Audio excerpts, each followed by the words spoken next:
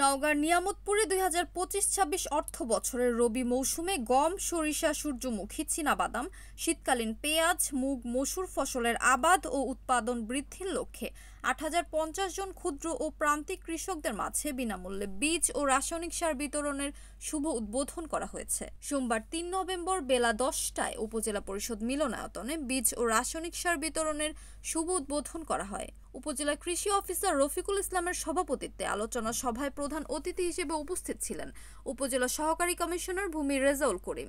এ সময় উপস্থিত ছিলেন নিয়ামতপুর থানার officer in charge OC Habibur Rahman, উপজেলা প্রকৌশলী এলজেডি জাহিদুল ইসলাম, উপসহকারী উদ্ভিদ সংরক্ষণ কর্মকর্তা শফিউল আলম, উপজেলা প্রেস ক্লাবের সাধারণ সম্পাদক জনি আহমেদ প্রমুখ।